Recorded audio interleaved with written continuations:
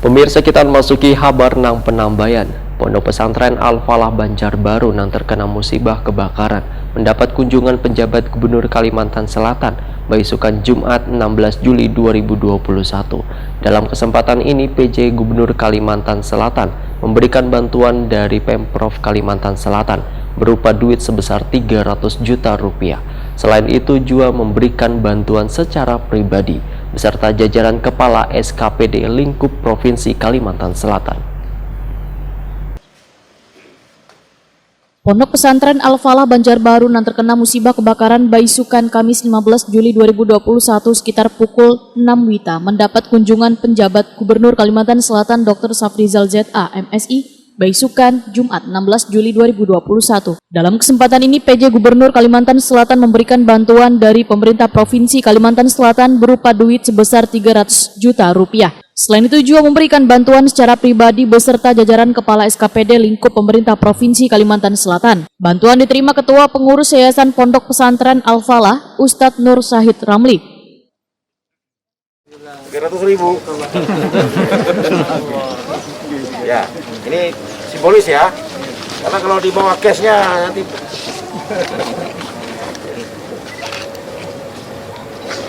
Oke.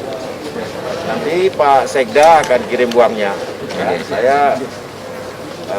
mengirim papannya saja dulu biar sebagai akuntabilitas. Terima kasih banyak Bapak. Terima kasih banyak atas bantuan yang diberikan. Ini bukan dari saya, dari Sama Pak. Saya kan tidak punya uang, yang punya uang Pemda, dari Pemda. Terima kasih buat Pemda. 300 juta. Dinas. Nah, Bapak simpan dulu dinasnya. Nah, ini dari pribadi saya dan rekan-rekan SKPD ya. Terima kasih atas pemberian pribadinya. Terima kasih. Ya, ini pahala Pemda, ini pahala pribadi sama yang Amin. Semoga sehat selalu Bapak, sehat selalu, lancar. Dari karyawan-karyawati Dinas Lingkungan Hidup. lingkungan hidup.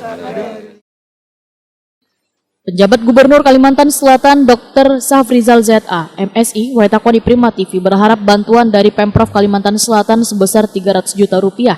Wan pribadi juga Kepala SKPD dapat membantu Wan bermanfaat. Safrizal pun bersyukur lantaran musibah ini karena memakan korban jiwa. Safrizal meminta ke depannya nanti agar aliran listrik atau kabel-kabel listrik di pondok pesantren ini secara rutin diperiksa, terlebih bangunannya sudah berusia di atas 10 tahun. Rata-rata kebakaran perumahan pemukiman itu 70% disebabkan oleh arus tenda. Oleh karenanya bangunan yang sudah berumur 10 tahun ke atas sebaiknya dilakukan inspeksi untuk dicek kabel-kabel yang sudah tidak memenuhi syarat. Ini hikmah barangkali berikutnya kita akan bantu cek, dan dalam kunjungan ini juga pemerintah provinsi membawa bantuan sebesar 300 juta rupiah. Ya, ini bersumber dari APBD provinsi serta pribadi.